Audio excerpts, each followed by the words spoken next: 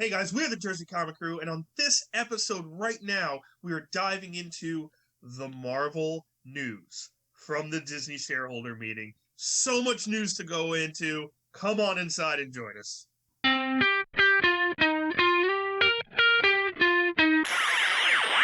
Hey guys, Rob and Chris here from the Jersey Comic Crew. You already know what we're talking about. Get ready for the Marvel extravaganza of your lifetime because Marvel broke the internet yesterday. Disney was like, you know what? The internet, COVID, ha ha ha, boom, dropping everything. It's our Christmas gift. What was that? WB and HBO Max? What was that? What'd you do? What are you doing next year? I don't even care anymore. What's happening? What's happening? So, the first thing we want to talk about is the Wandavision trailer. This is the second trailer of this series. We learned a little bit more about the universe. You know, we see more about her life here. You know, she has a husband, Vision. You see more like Mind Stone play. You know, Wanda and Vision get into full fight mode. Like, this is starting to turn into something big, guys. But for me, this doesn't seem... From this trailer, it kind of like localized it more, if you will.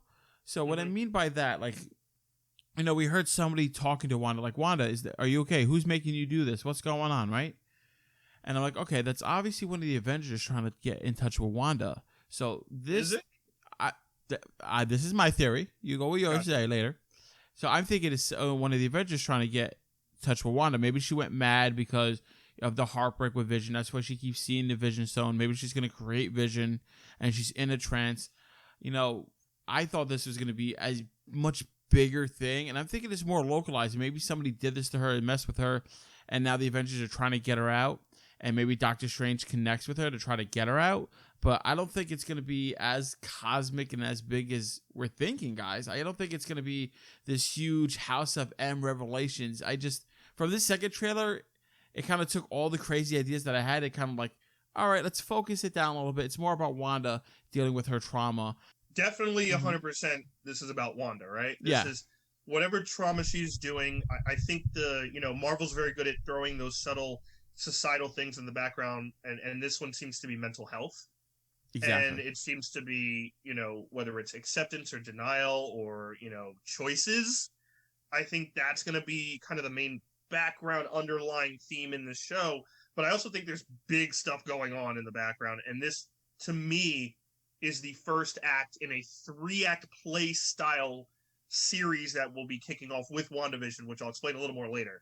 But for me, this has a big possibility. I still think Mephisto is going to be in this somehow, whether he shows up later on or throughout the series in the background. I think the trailer, right, we see Monica Rambeau, like, I don't know. Yeah. Is it possible she gets thrown in there? And as a kid, where we saw her in Captain Marvel, more of an adult now, she's thrown in there. She's like, how did I even get here? What is happening? Yeah, we saw in the first trailer. Situation, but... In the first trailer, like, we saw Rambeau getting dragged somewhere. Maybe she got dragged from the real world into Wanda's mindscape. Maybe. I think that's 100% right. And I think the posters that have been coming out, which in the beginning of December were like every day, had way more Easter eggs and stuff I like to delve into and look at with my microscope, even more so than this trailer, because they all went through different phases of their timeline, which, as we know, the show's going to kind of follow a sitcom style from the 50s through like the 90s. And if you look on the top, every one has this kind of ripped paper. The wallpaper's ripping, and it has that almost like staticky stuff where we see Monica Rambeau fly through. So whatever's in Wanda's mindscape, it seems like stuff is also trying to get in. Could that be Mephisto? We saw in the trailers, Vision kind of is like, wait, how am I alive? Like, he touches kind of the spot where the Mind Stone was, and it's gone. So I think it's going to be a lot of like Wanda, like, nope, like, I'm not allowing him to go. I'm not allowing this kind of craziness to end. And the last big thing, which I want to mention in this trailer, was the posters. And we see in a part where they have the 2 kids, right? Like, they're the twins that we assume is, they're normal kids from the comic books. Yeah, Wiccan and Speed. The other kids' names, The twins, thank you. And we see this picture of these 2 birds in one of the posters, which to me would represent Vision and Wanda. Oh. And we see this picture, I believe it's the last one in the 90s picture where you see like the color TV and the 4x3 box, which everyone had in the 90s. And we see this like nest and it has 3 eggs in it, not 2, which they have 2 kids. I think the third egg could be kind of like an analogy or some type of hint that Mephisto is going to replicate himself somehow in this. And he's going to infiltrate it, and he's using Agatha Harkness, who is going to be their, nosy neighbor, per se, in this kind of weird scape to try to get her powers to kind of bring him into the real world. And I think that's where Sword's going to have to come in. Dude, that'd be really cool. I really like that theory. Moving on, Doctor Strange and the Multiverse of Madness, it's coming out in 2022. We know that Miss America Chavez, is going to be in this movie. And we know that Doctor Strange and the Multiverse of Madness is going to have direct ties into Spider-Man 3. So I'm assuming, Chris, the comment you made before about WandaVision being the first act in this 3-act play is referring to this. WandaVision, Doctor Strange, and Spider-Man. They're all going to have very big things. And especially with Spider-Man, we know we're getting, Doc Ock and possibly Tobey Maguire and Andrew Garfield, maybe Spider-Verse, right? So we know these 3 arcs of the story are going to be kind of crazy. So I think I see some validity in your statement, man. This is going to be pretty cool. Yeah, I think this 3-act play is going to run from WandaVision, and we know Wanda's right now, Elizabeth Olsen's like filming with Doctor Strange for Multiverse of Madness. Yep. And maybe this is also the Mephisto storyline that's kind of running through, and something gets messed up with Wanda and her powers. Mephisto has made deals with Spider-Man before, right? So maybe he takes advantage of Spider-Man. Maybe we see that in one of these things. Like Spider-Man made a deal in the past. He's like, Mephisto sees him grieving. He's like, oh, you want Tony back? Just shake my hand and we can do this. And that kind of sets up like all this stuff. And like WandaVision is like one of the people who got traumatized the worst. Doctor Strange kind of gets out of this, trying to figure it out. He's like, I got to get to Peter. I realize that Peter did this. We have to save him and try to do this. I mean, it could be really crazy. Like this 3-act play could be its own little Endgame Infinity War. And I'm all for it. That's what I think kind of is. And if you also add Charlie Cox's Daredevil, who's rumored to be in Spider-Man as well, God, yeah. Possibly as Peter Parker's lawyer, because again, everyone knows who Peter is now. Exactly. And maybe there's going to be like all these crimes against him for Endgame and like the snap. So maybe that's still a fallout, this post-Endgame snap that falls into Spider-Man, and possibly Doctor Strange has to come in and either fix something or something gets melded and these characters come through with the villains and Sinister Six. It's all crazy. Still trying to figure it out. We will get back to you on that one. So, next piece of news, or I should say trailer that we want to talk about, Falcon and the Winter Soldier. We got a new trailer. The show's coming out in March of 2021. We see them going back and forth, talking about how to honor the shield, and we see their dynamic going back and forth. I think it's going to be really fun. To me, I mean, I don't know, maybe, Chris, you picked up on some stuff that I didn't. I didn't really glean any more information from this one. I feel like I know the least about it, or like I can't think of any big theories about it. Can you help fill in some gaps?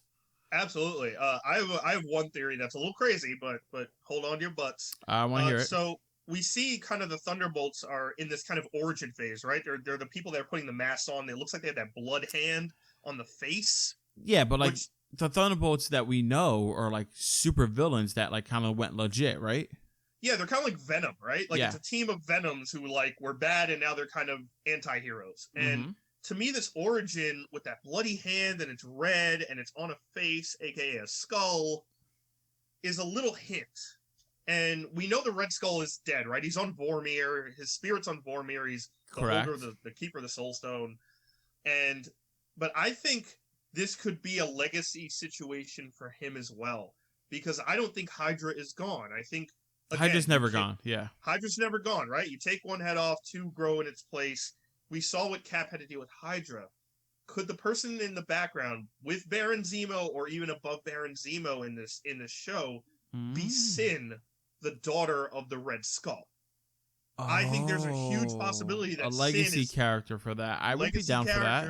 Who's kind of controlling whatever's left of Hydra, trying to bring it back up in her father's name. And you have Falcon and Winter Soldier who are also trying to continue that mantle in Cap's name. Yeah, they're the legacy characters for Captain America. I could see that. Exactly. I mean, for me, like, I'm down for it, right? Like, I'm down for all Marvel. Like, I love it. Like, I just feel like this is the weaker cornerstone of Marvel. The whole espionage with spy stuff, and it's just because we're used to the big bombastic stuff. If this show goes back to what we kind of got with Winter Soldier, Captain Winter Soldier, and kind of give us that spy thriller, that more grounded stuff, I think it's going to be good. It's kind of hard to get excited or as excited for this as I'm hearing stuff for Doctor Strange and WandaVision and all these other ones where you see these larger than life characters doing these crazy things, and I'm here, I'm like, oh, they're fighting the daughter of Red Skull. Okay, it's kind of hard for me, you know. I understand that, and I'm sure it's hard for a lot of other people as well. But I think you also have to think of the fact that, one, the Doctor Strange stuff, the Spider-Man stuff, that's movie stuff, right? And this is obviously a Disney Plus show. It's going to be 6 episodes. They're saying it's basically a 6-episode movie. Yeah. So the quality is going to be ridiculous. Like I believe that. Yeah. The amazing scene where Falcon's flying through like the desert chase scene and stuff's blowing up. I think the dynamic between the Falcon and the Winter Soldier is going to be awesome to see because they're completely different. Mm-hmm. I think the societal norm stuff we're going to see with, like Falcon says in the beginning, like, there's a lot of history with this shield, and it's going to be a lot different if I pick this shield up. And I think that's a really big undertone of what's going to play. I think it's going to be an awesome spy espionage, kind of like Winter Soldier, right? Where Zemo's in the background, and there's a lot of characters we've already seen in Captain America. I just think that this show has to work harder to be as good as the others. And I'm not saying that's a bad thing, because these shows could do very well. Like the James Bond and then Mission Impossible stuff, they're good, but like they have to work harder. The script has to be that much better. The acting, the plot, everything has to be that much better to compare. And I think Marvel could do it. It's just a big tall order that they have to fulfill. So, I mean, the other reason that, we might not be as hyped for this is because we haven't seen the Black Widow movie, right? The Black Widow movie, we did get confirmations that it's going to come in theaters May 2021, so we're finally going to see that movie. Sure, okay, it should have been out on Disney Plus. We need it, but like the fact that we're going to get this Black Widow movie after Falcon Winter Soldier kind of like doesn't make sense for me, because I feel like one would boost up the other, but I don't know. I mean, I don't necessarily think they tie in, because Black Widow is supposed to be like, back in time. Obviously, Natasha passed away. But it's more thematically. Like, thematically, they tie in. Like, Black Widow's part of that spy espionage grounded side of Marvel, right? Yeah. And so that show we should have already had in our belt and digest. Like, it's a movie, yes. So, granted, I guess Marvel, they want to make the big bucks. They're like, oh, let's have them watch Falcon Winter Soldier, get all hyped up on that kind of style movie. Then, something that's thematically similar, a Black Widow comes out, you're going to want to go to see it in theaters to try to recoup some of the losses for 2020, not having anything in movies. That's what I think, but I don't know. Maybe, and who knows, maybe, we know Falcon Winter Soldier did reshoots as well once the first time Black Widow was delayed. And there's a possibility characters like a Yelena Belova is in Falcon Winter Soldier, which gives us a little info on that character before we see her in Black Widow. So, very, very true. The things in Falcon Winter Soldier could directly relate to Black Widow because of the reshoots. I'm down for that. They could have just had to switch it where it's like, okay, instead of this kind of bleeding into Falcon Winter Soldier, we're going to reverse it, reshoot some of this, and then change whatever like cameo or ending, and possibly, sit down, flip it, and reverse it. Speaking of flip down, reverse it, changing the ending, the Loki show, the Loki trailer, I am very excited for. It's coming out May 2021. This trailer showed a lot of information, like so many Easter eggs. Exactly, so many Easter eggs. Just some of the things I wanted to talk about. You see Loki in like this creepy elevator going down with gray hair, Owen Wilson, pretty much saying, "Hey, you're messing with time. We don't like that." Looks like Loki essentially gets a job with the TVA, the Time Variance Authority, probably to work off his crimes, essentially. So, his job is probably hunting out time anomalies, going throughout history and like stopping this, like people who are breaking the law. We see him going up to, essentially, it looks like a judge, and like there's 3 big heads behind it. And when I first saw the big heads behind it, guys, I'm like, oh, Kang, maybe? And I'm like, the reason I say Kang, it's not Kang. But the reason my initial inclination was was, all right, Kang has 3 different faces. Like, he's 3 different people throughout time. Mm-hmm. I can see that maybe he took over the Time Variance Authority. And, like, they all have the line in between. Kang is known for having those harsh lines on his face. But then I took it a step further. I was like, all right, what's 3 faces? He's obviously going to a judge of some kind. Oh, maybe this is Marvel's representation of the Living Tribunal. The Living Tribunal is like this Look huge... at Rob with the Easter egg. Right? Like this... It feels good, doesn't it? It does. I know it something. Feels so good. I know something. Easter eggs. So the Living Tribunal is one of these huge cosmic entities in the Marvel Universe. This cosmic judge that does order everything. In the original Infinity War comics, which are weird. I don't recommend reading them. It's madness. Whoa! You got to read them. It's the Infinity Gauntlet sequel. I mean, no, I meant Ron Lim. You got to read it. Was it Infinity Wars or Infinity Gauntlet where Living Tribunal says Thanos did nothing Infinity wrong? War. It was Infinity War where they put Thanos on trial for his crimes after the snap, and they let him go because they are like, well, he technically didn't hurt anybody because he wasn't like stabbing them and all these weird kind of loopholes. Yeah, essentially, it was like, you guys should have tried harder. Like, he didn't break any rules. Yeah, like they were like Thor's like half dead. He tortured Nebula for every page of that poor book. And when they were like, well, you guys should have just fought him harder. I mean, it's like we brought the entire universe of fighters with us, and we couldn't stop him. I think Loki's gonna be really cool. I don't know how it's gonna tie in, but I'm just down for it, man. So I think it's also going to tie. I think it's going to tie in a lot of ways. I think it's going to tie in with also like regular unsolved mysteries that we have in the world. What do you mean? Shot. Well, so like the last scene where he's jumping out of the plane is literally the legend of DB Cooper. And for those of you who don't know, back in the 70s, there was this guy who got in a plane, quietly robbed everybody on the plane, including like thousands of dollars, like tens. He robbed a money plane transport, basically, and jumped out in a parachute and was never heard from again. No one knows his identity. And we see kind of that same legend of him, like in a suit, all the things that happened, and then Hemdale kind of beams him up. And those things are going to be really cool in the timeline based on where he is and has to do things. Also, there's a shot of what looks like this kind of moon planet or something crunched or destroyed into. Oh yeah, what was that? And there is a redhead in a black catsuit sitting on a rock. Who's that? A redhead with a black catsuit sitting on a rock. We don't see her face, it's the back. Could he somehow have this variance that brings back Natasha Romanoff and brings back the Black Widow? I would hate that. It looks like she's just sitting in like this like limbo. Again, the Soul Stone to me personally is still very cosmically comic booky. Mm-hmm. We don't know if they are dead or they are trapped in the Soul Stone. There's no official, like we see the bodies die, right? We saw Gamora. Correct. And we saw Black Widow die. Spoiler alert. But like when it comes to these Soul Stones, we don't really know the end point of this. Could this be how Natasha comes back? Or something else happens? I don't know. It might not even be Natasha, but it looked just like Black Widow to me sitting there. So I'm needless to say, we're really excited. Yes. This makes us think of a lot of like what if scenarios. Oh, speaking of what ifs, the What If animated trailer came out from Marvel. It's coming in summer 2021.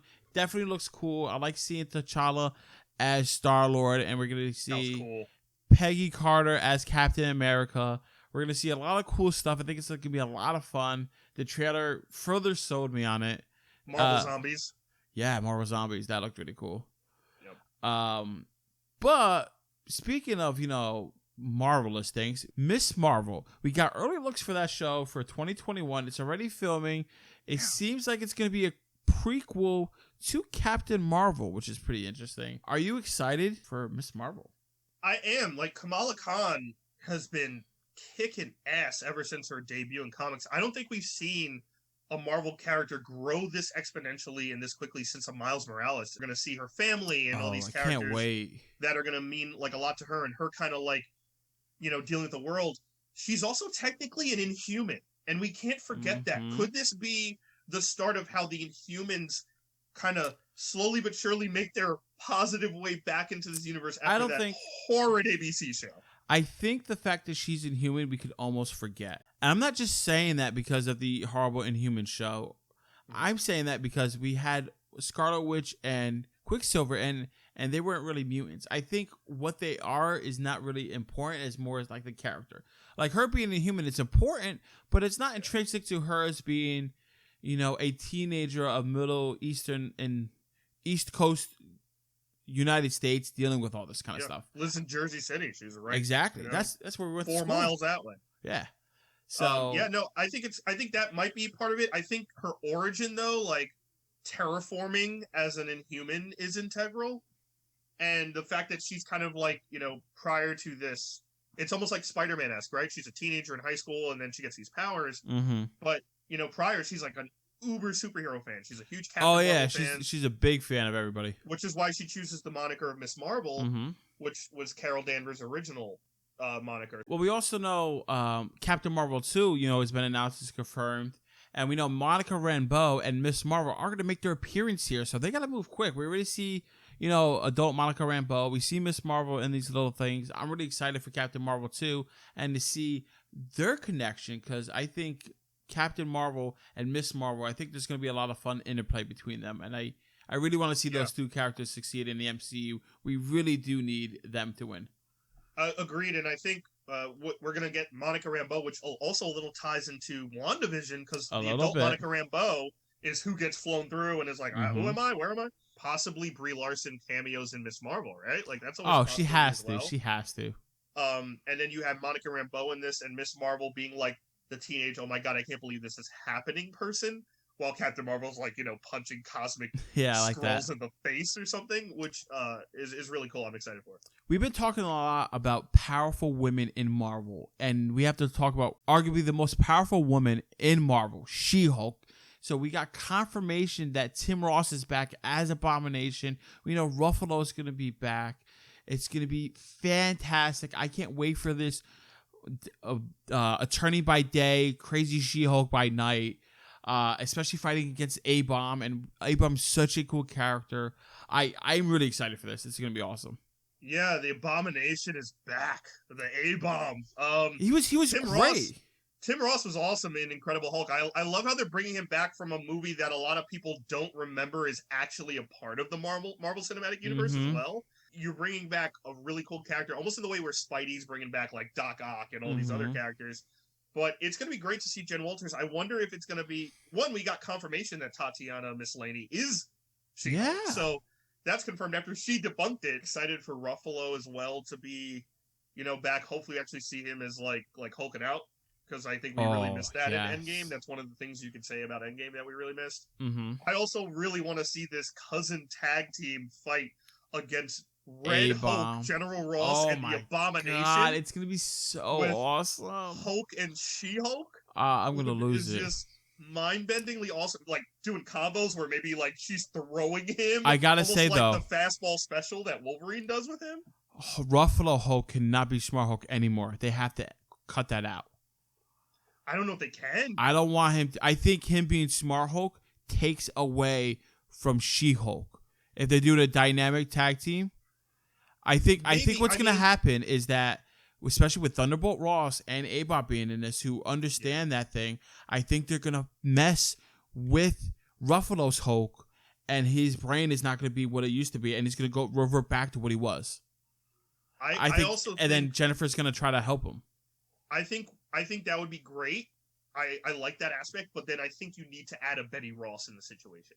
I think if you bring Thunderbolt, I think either you bring back Liv Tyler as Betty Ross, or you cast a new Betty Ross to give Banner that overarching, like, I will lose myself to the Hulk for her. You know what I mean? Because Jen is going to be like this. Like, Jen, to me, is the allegory to Supergirl and Superman, right? Where she might be stronger and better at this than he is. She's just a little more laid back about it. And she's also an attorney. Are we going to see her as an attorney as She-Hulk, where she's like this 6'7" woman? Bro, you gotta stop. Whatever. I can't handle that. Oh my god. Are we gonna see like comic book She-Hulk where she walks into the courtroom like breaking doors by accident? Maybe at the end of the season. Maybe, yeah. I think that'll be cool at the end of the season, like her breaking into the courtroom, and then you see the Matt Murdock cameo of him up there. You got to see the Matt Murdock, right? Sexy green She-Hulk in the suit, like, oh, she's powerful with her words and her fist. Oh, is that Matt Murdock? That's going to be an aspect where, like, she's in the comics. They talk about this a lot, like where She-Hulk was this like overly sexualized symbol, the way like we sexualize athletes and like Chris Hemsworth and like stuff like that, where She-Hulk is like, you know, got these posters of her in a leotard flexing and like, you know, like weirdos are like creeping out. I think that might be a part of this show. Like I think that needs to be, because like so the woman in power situation and dealing with that, this is the perfect show to tackle that head on. Amazing. And I think Marvel's going to do a fantastic job. This is one of my most excited shows. Same. I'm very, very excited about the She-Hulk show. But speaking of other shows that start with the letter S, Secret Invasion. So Secret Invasion is going to come on Disney Plus. We know Nick Fury is back. I don't even know where to begin. All right, so let's. Today's Sesame Street brought to you by the letter S. All right, let's. I'm gonna take a step down first. Why don't we do this, Chris? Very shortly, because Secret Invasion, we both know. Me and you could go for 5 hours. What is Secret Invasion about? What is Secret Invasion? And then that alone is going to tell people why they need to be excited for this. Basically, what you saw at the end of Spider-Man: Far From Home. Skrulls are on Earth everywhere. Yes! Pretending to be other people. That is the secret, and that is the invasion, and the same thing. They are pretending to be superheroes that you know. Who's a Skrull?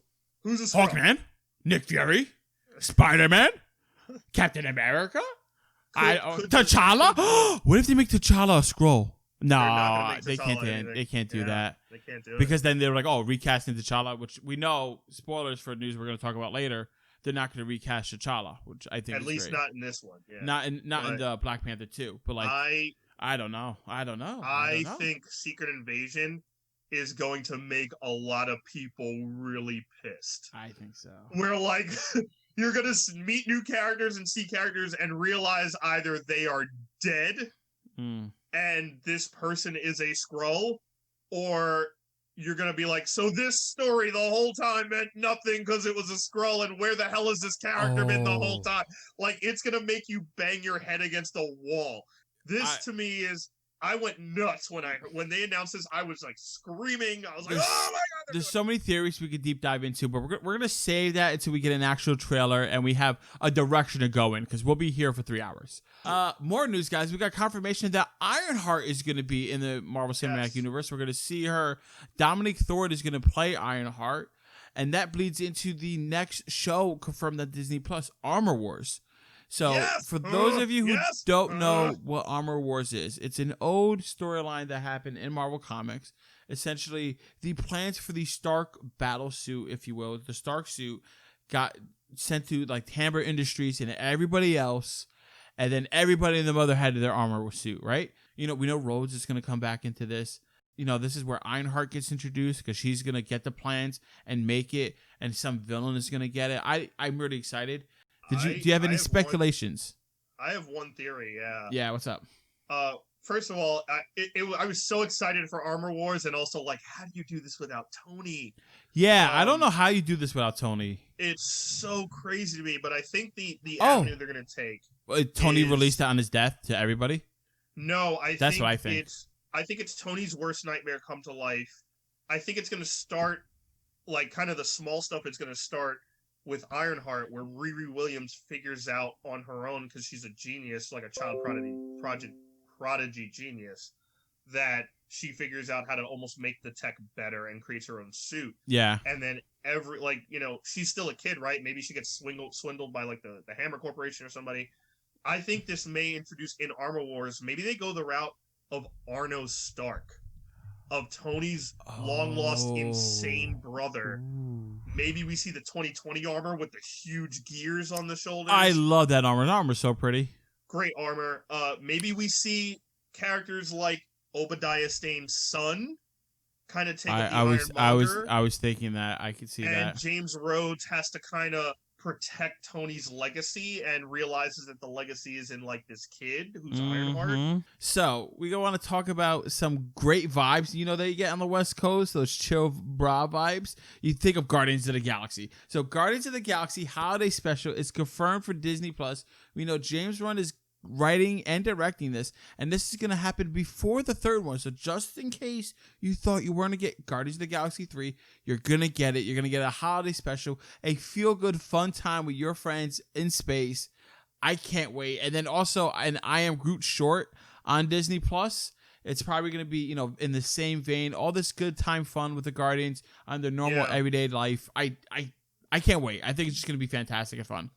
I think it'd be cool. That's something I could definitely, it's not on my radar until it happens. I feel like, the holiday special is just going to be a treasure trove of Easter eggs for Guardians 3 and beyond.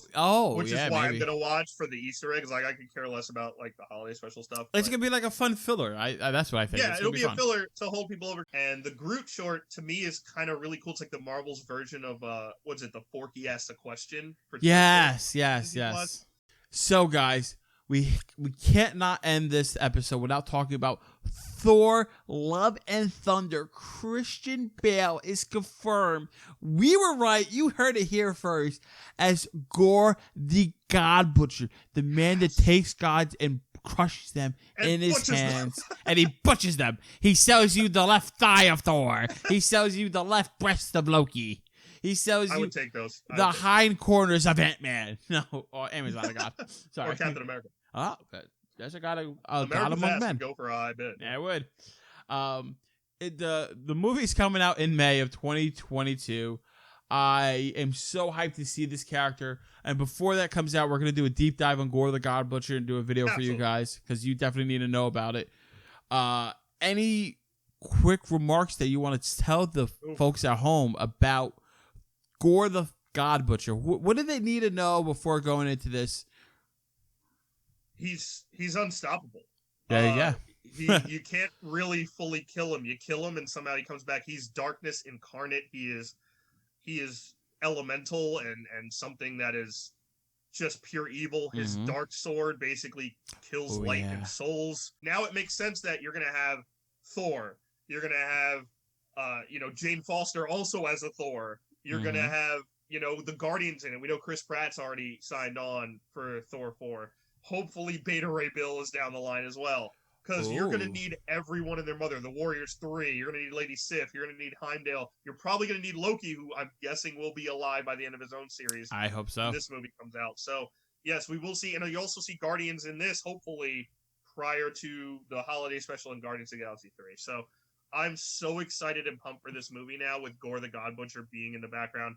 If you thought we saw, godlike stuff in Ragnarok, and Hela and Thor being a god. You ain't ready for this. You ain't ready for this. This is space, cosmic, god, battles of universe stuff. So this is gonna worlds are gonna break apart under their feet, guys. Can't wait. Speaking of worlds breaking apart, Ant-Man and the Wasp, Quantumania. Yeah, Quantumania. Quantumania.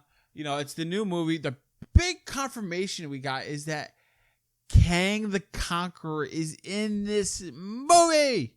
Love it. He is the conqueror of Kang. No. So Kang the Conqueror, like I said, he's essentially a time travel deity. Well, he's a man that turns himself into a deity and creates time as he sees fits. And I'm sure we might get Loki dealing with him. I think we're going to first see Kang in the Loki series because he's probably going to be trying to deal with all of that. Maybe. I don't know. I have no idea. But you were right. He's definitely the Biff from Back to the Future if he was a time traveling superhero instead of a sportsman. And there's different personas for Kang, and I don't want to reveal them yet because that might spoil other movies and stuff like that. But guys, this is definitely a movie to keep your eye out for. So yeah, I think with this movie as well, we're getting a new Cassie Lang, an older Cassie Lang. Yep. Could we be seeing, Paul Rudd, even though still looks the same as he did in Clueless in 93, right? Mm-hmm. He's in his mid-50s. What? He's 50. Okay. And Paul Rudd is probably not going to want to do these crazy action have to get uber ripped for these movies anymore. And could we be seeing a passing of the torch to Cassie Lang, kind of the way we're going to see it with Hawkeye and Kate Bishop in this movie? I think I think we could still get more Ant-Man and Wasp action. I love their dynamic. I love Evangeline Lilly as well. But who knows? Are we going to see some type of passing of the torch? Or I don't are we going to see think more so. of like Cassie becoming her own thing? Maybe? I think Cassie may be becoming her own thing. I don't think we're going to get the passing of the torch with Ant-Man. I think passing of the torch would be too many. And we're like, all right, we're taking too many characters at once. You're changing them over. Ant-Man's newer. You're going to stay around for a while. We need some more veterans in the squad. I don't think we're going to see any of that. Last piece of news that we wanted to touch upon is a confirmation that the Fantastic Four movie is coming, guys. John Watts is going to direct it. We saw the little 4. We saw it. It's there. It's beautiful. I went nuts. I don't know how it's going to implement. I don't know how they're going to play with the other characters, but we got confirmation it's coming sooner than we thought, and I love it. I think it's going to play with Spider-Man. I do. I think so. John Watts directed Homecoming, and he directed Far From Home, and now this is his first kind of Marvel only. It's not a Sony split thing. I think it's going to play with Spider-Man. I think we're going to see the Baxter Building in New York City. I think Johnny Storm's going to be best friends with Peter Parker. I think it's going to be great. I can't wait. Cool. It's Fantastic Four. Hopefully they cast John Krasinski. And really quick, my last little tidbit theory. Before you get into your theory. Yes. What do you think of the idea of making Johnny Storm a little younger?